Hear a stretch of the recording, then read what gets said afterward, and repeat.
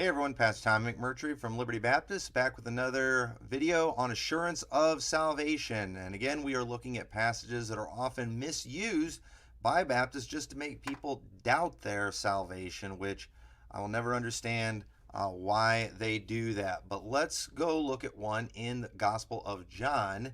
And in chapter 2, verse 23, it says, "Now when he was in Jerusalem at the Passover and the feast day, many believed in his name when they saw the miracles which he did.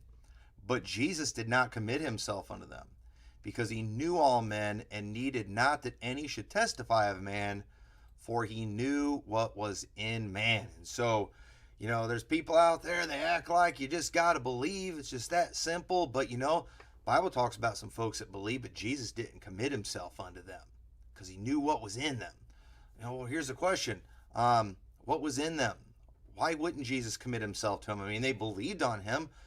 What else do I have to do? Obviously we must have to do something else, right? Based on this passage.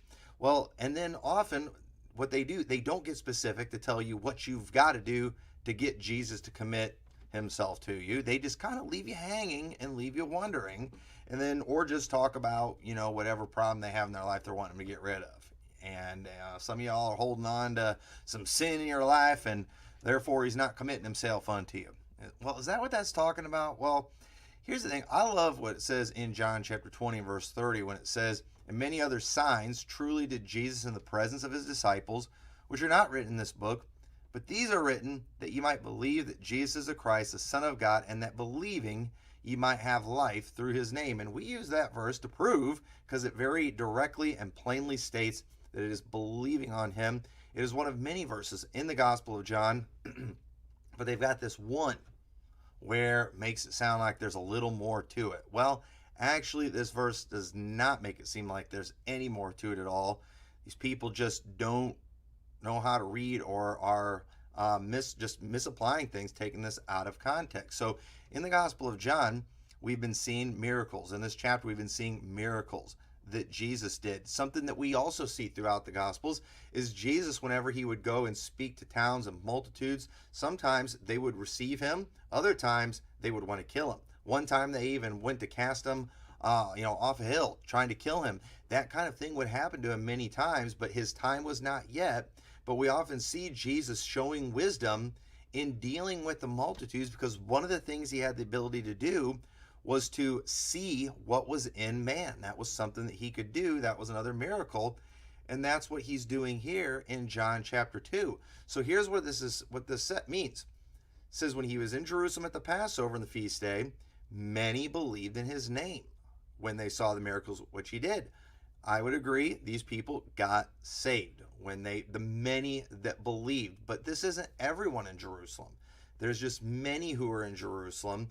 So while Jesus is doing miracles, though, Jerusalem is receiving him as far as they have positive feelings towards him. Nobody's mad at him. Nobody's wanting to kill him. But it says, but Jesus did not commit himself unto them, meaning he didn't entrust himself to them. He didn't put himself in their care. He didn't stay with them. Okay? And that's what you do when you go and you stay at somebody's house. You're kind of committing yourself to them. They're gonna house you. They're gonna lodge you. They're gonna feed you. They're gonna take care of you. And Jesus didn't do that because he knew all men and needed not that any should testify of man, because he knew what was in man. Jesus knew while the multitude was on his side at the time, it was not going to stay that way. And so he didn't commit himself to them. He didn't stay with them. He went somewhere else. That's all that means. And so it would be like if I said, when I came to Rock Falls, Rock Falls received me and many got saved, meaning I didn't get ran out of town. And many people got saved, and thankfully that's the case. Those people will never lose their salvation. That doesn't mean Rock Falls might not someday change their mind and run me out of town. Now, the people that got saved are still saved, but the town can change their mind and no longer allow me to be welcomed anymore. And we see that is exactly what happened in many of the places Jesus went. And Jesus, in his wisdom, he knew the multitudes, he knew man, and so he did not commit himself or stay with them. That's what that's talking about. And if you have believed on Christ, you committed your soul to him.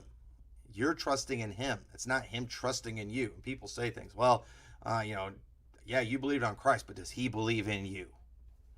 I mean, what does that even mean? That just leaves people wondering. That is not what we should do with that scripture. So I hope this was a help.